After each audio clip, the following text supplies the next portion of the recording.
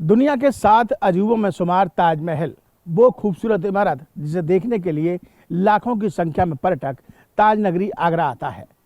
लेकिन हाल ही में supreme court ने ताजमहल को लेकर जो एक नया फैसला सुनाया है, वो कहीं ना कहीं ताजमहल के आसपास व्यवसाय करने वाले लोगों के लिए एक बड़ी परेशानी का सबब बना हुआ है। जी हाँ, सुप्रीम कोर्ट ने हाल ही में एक आदेश दिया है कि ताजमहल के 500 मीटर की परिधि में कोई भी व्यावसायिक गतिविधि नहीं होगी। आइए आपको दिखाते हैं कि ताजमहल के 500 मीटर की परिधि में क्या कुछ आता है। सबसे पहले आपको ताजमहल दिखा देते हैं, वो खूबसूरत इमारत जिसे देखने के लिए लाखों की संख्या में पर्यटक यहाँ पहुँचता है, इस कैमरे में कैद करके ले जाता है और इस ताजमहल के घूमने के बाद जब वो बाहर निकलता है तो इसकी तमाम यादें वो यहाँ से संजो कर ले जाता है। रास्ते में कई रेस्टोरेंट भी पड़ते हैं, कई दुकानें पड़ते हैं, कई छोटा छोटा सामान बेचने वाले जो हॉकर्स होते हैं वो यहाँ पर हैं। करीब 300 से 400 दुकानदार जो हैं वो पूर्वी गेट के आसपास होंगे, पश्चिमी गेट के आसपास होंगे। इसके अलावा दक्षिणी गेट पर दुकानों के साथ साथ व्यवसाय करने के साथ साथ तमाम रिहायशी एरिया भी है। ये आप एरियल व्यू आपको दिखा रहा हूँ ताजमहल का, और यहाँ पर आप देख सकते हैं कि तमाम लोग जो है वो यहाँ हज़ारों की संख्या में ताजमहल के आसपास रहते हैं और ये सब 500 मीटर की परिधि में आता है। और इन सब के लिए बाज़ार भी है, व्यापार करने वाले लोग भी हैं जो यहाँ दूध भी बेचते हैं, फल भी बेचते हैं, दवा भी बेचते हैं, साथ ही साथ छोटी छोटी पर्यटकों के लिए ऐसी ऐसी चीज़ें बेचते हैं जिनको पर्यटक अपने साथ ले जाता है। और इन्हीं लोगों के लिए सरकार ने पश्चिमी गेट पर करीब 70 दुकानदारों को कुछ वर्ष पहले यहाँ से बाहर पार्किंग की तरफ किया गया था। वो उन्हीं लोगों की याचिका पर अब एक याचिका पर यह फैसला सुनाया गया है कि कोई भी अब व्यावसायिक गतिविधि ताजमहल की परिधि में 500 मीटर की परिधि में नहीं होगी। यानी कि उसमें दक्षिणी गेट भी आता है, पूर्वी गेट भी आता है और पश्चिमी गेट भी आता है।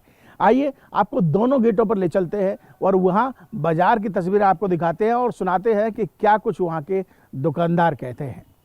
तो हम जा पहुँचे हैं ताजमहल के पूर्वी गेट पर, और जैसा कि सुप्रीम कोर्ट का फैसला आया है कि ताजमहल के सभी गेटों के 500 मीटर की परिधि में कोई भी व्यावसायिक गतिविधि नहीं होगी, तो हम पूर्वी गेट पर आपको दुकानदारों से बात करेंगे। लेकिन उससे पहले आपको तस्वीर दिखा देते हैं। पूर्वी गेट, इसे वीवीआईपी गेट भी कहा जाता है। तमाम जो पर्यटक दूर दराज से आते हैं वो इसी गेट से एंट्री करते हैं और ताज का दीदार करते हैं। लेकिन जब इस गेट से बाहर निकलते हैं तो वो सबसे पहले बाज़ार को ढूंढते हैं, क्योंकि इतना थक चुके होते हैं और गर्मी में हालत और ज़्यादा ख़राब हो जाती है। और उस समय ये दुकानदार जो हैं यहीं पर ही वो पानी खरीदते हैं, चाय पीते हैं, जूस पीते हैं। इसके अलावा तमाम जो यहाँ पर आगरा की जो खूबसूरती है, जो सामान है यहाँ का, वो भी यहाँ पर खरीदने का काम करते हैं। ये एक लंबा आप दृश्य में आप ज़रा बाज़ार देख लीजिए कि इस बाज़ार में आपको पर्यटकों से संबंधित हर वो चीज़ मिलेगी जो यहाँ से पर्यटक खरीदकर अपने घर ले जाना चाहता है, उसे सजाना चाहता है। चाहे मार्बल्स का काम हो, यहाँ पर तमाम यहाँ खूबसूरत चीज़ें बनाई जाती हैं जो कि पर्यटक यहाँ से खरीद के ले जाता है। लेकिन अब ये सभी व्यावसायिक गतिविधियाँ बंद हो जाएंगी सुप्रीम कोर्ट के फैसले के बाद। जो आदेश आया है, चाहे वो दक्षिणी गेट हो, चाहे पश्चिमी गेट हो या फिर पूर्वी गेट हो। पूर्वी गेट के दुकानदार क्या कहते हैं, सबसे पहले इनसे बात करा लेते हैं। सुप्रीम कोर्ट का जो फैसला आया उसको किस तरह ले रहे हैं आप? सुप्रीम कोर्ट का जो फैसला है सर बिल्कुल सही नहीं है। काफ़ी बेरोजगारी फैलेगी। 500 किलोमीटर्स के अंदर करीबन 40,000 लोग बार बेरोजगार हो जाएंगे, क्योंकि उनके पास रोजगार का एक यही जरिया है ताजमहल। इसके लिए हम लोगों ने आपस में कल मीटिंग की है, सुप्रीम कोर्ट जा रहे हैं, वकीलों से भी बात हुई है, रीओपन कराएंगे और हियरिंग कराएंगे, इसको दोबारा से इस पर पहल कराएंगे और सोच विचार के लिए प्रस्ताव रखेंगे। दोबारा पहल करेंगे और दोबारा अपनी सुनवाई के लिए अपील करेंगे। कितने दुकानदार यहाँ होंगे, किस किस प्रकार की गतिविधि यहाँ पर होती है, कौन कौन से व्यवसाय यहाँ पर होते हैं? व्यवसाय तो सर यहाँ सारे ही हैं। 500 मीटर में तो रोज डेली नीड्स भी हैं, यहाँ पर सारे लोकल बाजार भी हैं 500 मीटर के दायरे में, और आपका होटल व्यवसाय भी है, शोरूम्स भी हैं, छोटी छोटी दुकान है, केमिस्ट की दुकान है, बहुत सारी चीज़ें। इतना बड़ा संकट मानते हैं आप? ये तो बहुत बड़ा संकट है सर। 50,000 लोग बेरोजगार हो जाएगा। रोजगार का समस्या सबसे ज़्यादा पहला ऑलरेडी आई, एक बड़ी बात है। कोविड के बाद से वैसे ही जूझ रहे थे वो लोग। अब एकदम एक इस तरीके का ऑर्डर आना, ये भी एक अच्छा नहीं है। चलिए, ये होटल एसोसिएशन के लोग भी हमारे साथ मौजूद हैं, इनसे और जान लेते हैं। सर, तमाम छोटे बड़े होटल्स यहाँ पर हैं, आप क्या कहेंगे इन होटलों के बारे में और जो तमाम व्यवसाय यहाँ पर होता है कि अब क्या करेंगे वो? अभी हम लोग तो देख रहे हैं कि क्या करना चाहिए। वैसे तो ये जो होटल जो बने हुए घरों में बने हुए हैं, पहले जो व्यापार सब बंद हो गए थे, लोगों ने छोटे छोटे होटल रेस्टोरेंट घरों में बना रखे थे और उन्हीं से उनका व्यापार चल रहा है। उनके संबंधित जो उनके स्टाफ काम करता है, उनके परिवार कम से कम 25-30 हज़ार लोगों का से ऊपर लोग परिवार पल रहे हैं। अगर ऐसा कुछ होता तो बहुत बड़ी जनहानि होगी और लोग बेरोजगार ज़्यादा हो जाएंगे। सुप्रीम कोर्ट को निर्णय लेने से पहले कुछ बहुत संक्षेप में बताइए कहाँ तक ले जाएंगे इस लड़ाई को? सर ये लड़ाई तो बहुत दूर तक जानी चाहिए, क्योंकि 1.5 लाख आदमी कम से कम परेशान हो जाएगा इससे।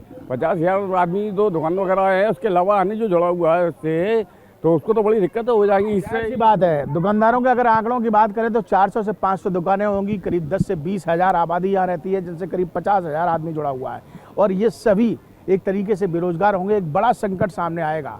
हमने आपको पूर्वी गेट के दुकानदारों से बात कराई, यहाँ के व्यापारियों से बात कराई, होटल एसोसिएशन से बात कराई। आइए आपको ले चलते हैं दक्षिणी गेट, और वहाँ पर क्या कुछ नज़ारा है, क्या कहते हैं व्यापारी, ये जानने के लिए चलते हैं दक्षिणी गेट।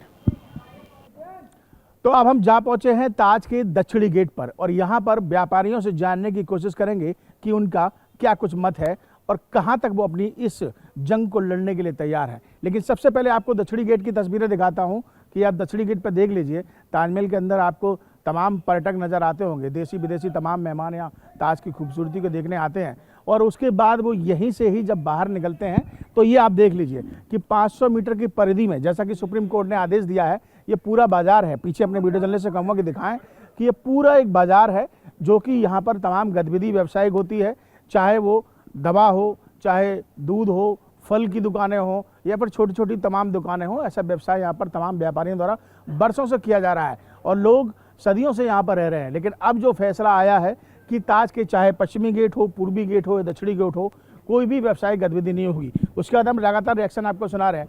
लेकिन अब हम जानते हैं यहाँ दक्षिणी गेट पर तमाम व्यापारी क्या कुछ कहते हैं। आप बताइए, इतने बरसों से आप यहाँ पर हैं, आप इस फैसले को किस तरह ले रहे हैं? हम तो इस तरीके से ले रहे हैं कि हमारे संग नाजायज़ हुआ है ये, और सुप्रीम कोर्ट ने जो ये फैसला सुनाया, ये बहुत बड़ी कोर्ट है, उसको हम भगवान की कोर्ट मानते हैं। लेकिन उनको ये सोचना चाहिए था, ये कोई सरकारी ऑर्डर तो नहीं है, किसी प्राइवेट आदमी ने अब जनजाति का या कुछ करके दाखिल करके ऑर्डर कराने की कोशिश की, ऑर्डर हुआ है। तो ऑर्डर करने से पहले सुप्रीम कोर्ट को ताजमहल के तीनों गेट का एक मुआयना करना चाहिए था, और ये देखना चाहिए था कि मेरे इस ऑर्डर से कितने लोग प्रभावित होंगे, फिर फैसला करना चाहिए था। इस तरीके से फैसला करा है, इसके लिए तो खैर हम अपील करेंगे, जाएंगे, यहाँ भी जाएंगे, राष्ट्रपति के पास भी जाएंगे, सुप्रीम कोर्ट में अपील करेंगे, क्योंकि सरकारी तो है नहीं जो अपील नहीं हो सकती, प्राइवेट है, हम अपील कर सकते हैं, मुकदमा हम भी दाखिल करेंगे। और जहाँ तक कोशिश होगी, हम मजदूर लोग आदमी हैं, अपनी मेहनत मजदूरी से खा के कमाते हैं। यहाँ साउथ गेट से 500 मीटर के अंदर कम से कम 25 से लेकर 30,000 लोग व्यवसाय से बिछड़ जाएंगे, प्रभावित हो रहे हैं। 25 से 30 हज़ार लोग।